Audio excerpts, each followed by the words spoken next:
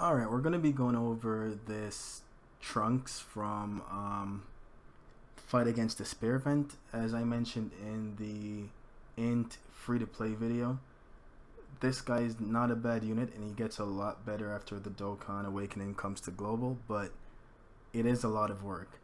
So he starts off as Roar of Sadness and Rage Trunks, Youth, Future, and he's going to be given N-type HP and attack plus 30%, garbage. Causes huge damage, and attack plus 30% when facing 2 or more enemies. Now this is where his passive makes him a very bad card until his final awakening. So to awaken him, first you're going to obviously Z-awaken him to SSR, and then you got to bring him to his true SSR by Dokkan awaken him. This is where you're going to come over some problems. So the medals for Android 17, pretty easy to get. Drop rate's pretty good. This is the event right here. So if you go down here, the medals for Android 17 are pretty good. It's 70%. So you'll get these, and it can drop anywhere from 0 to 2 pieces. Now, to get the medals for Android 18, which you need 8 of, only drops on the same stage as Android 17, and it only drops at 20%. So you're going to end up with a lot of Android 17 medals before you get the 8 medals you need for Android 18. This is something I ran across quite a bit. I had to do 200 to 300 stamina just to get the medals for 18 for one Dokkan Awakening. So with me, when the event was out in, I want to say August, I did the event. I got Trunks to SA3, and then I Dokkan awakened him, which was not a good idea, but I didn't know any better, so I did that. 60% drop rate for him, so it's not bad either. So I got him to SA3 and I Dokkan awakened him. The thing is, after you get him here, by the way, the Vegeta Cell medals are also pretty easy to get. 80%, 80%. The hardest medal to get is not actually Android 18. It's this Gohan medal. It's a 10% drop rate for the Gohan medal. So for this, I did over 500 stamina to get 8 medals to Dokkan Awaken my second one at SA7 to get them to SA10. So it's kind of worth the grind if you have the time and the stamina. Once you get him from here, you get him to here, and this is all we have in global right now. Now in type, get HP, attack, and defense plus 30%. He causes extreme damage instead of huge. And he gets attack plus 50% when facing 2 or more enemies. Again, this is not going to be a good passive in most Dokkan events because you're going to be facing one enemy most of the times. Now you need 35 of these medals if you're going to get into the form. We don't have this form yet, but this is when he actually becomes good.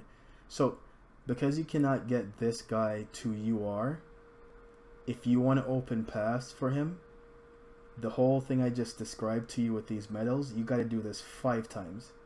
You got to do this 1 time to get him up, and then you got to do it 4 more times if you want to get dupes to unlock paths.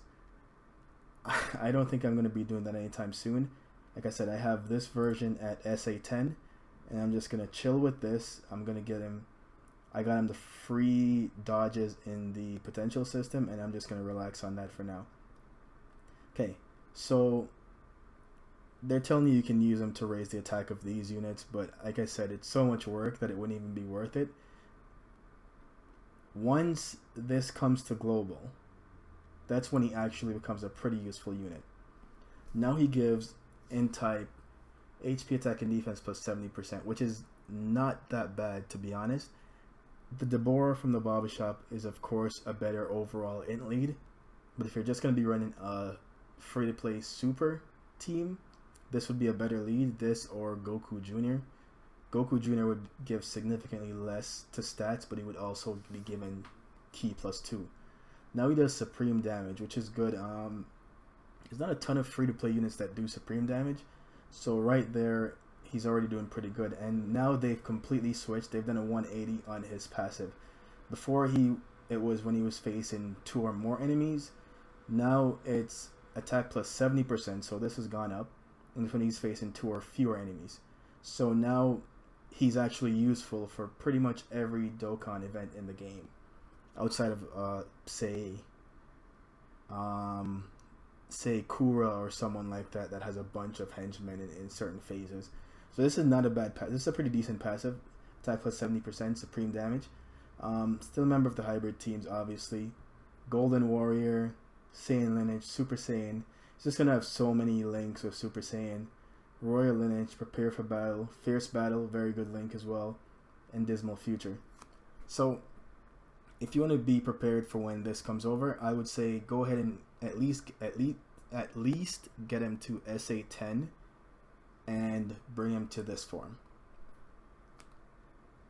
So when the event comes over, all you'll need is these 35 medals, and you can bring him to a new future Super Saiyan Trunks, and now he's actually just a solid int unit. Not even just free to play. If you're lacking certain units for int team, he'll fit right in. And I wanted to mention something else about this event. If you have no intention of farming him or this Gohan, which you can skip this Gohan, in my opinion. If you have no intention of farming him or Gohan, keep in mind these extra stages, stage 12 especially, it drops Icarus and Dende at 100%. It drops this Bulma that heals you 70% and give all your units plus 25% attack for 2 turns, 100%. So if you, it also drops this android 7 or 8, I think it's 8. He heals you 70% and then he gives you a defensive buff. I want to say a 30% defensive buff. Let me double check that. 50%. He recovers 70% HP and all allies defense plus 50% for 2 turns. So if you want any of those items, drops at 100%, drops at 100%, drops at 100%. I say that to say this: if you don't want to farm these units, you can at least do this once to get the Gohan, because you're going to need him to do this mission, or to do this mission. To do this, you're going to need the Trunks.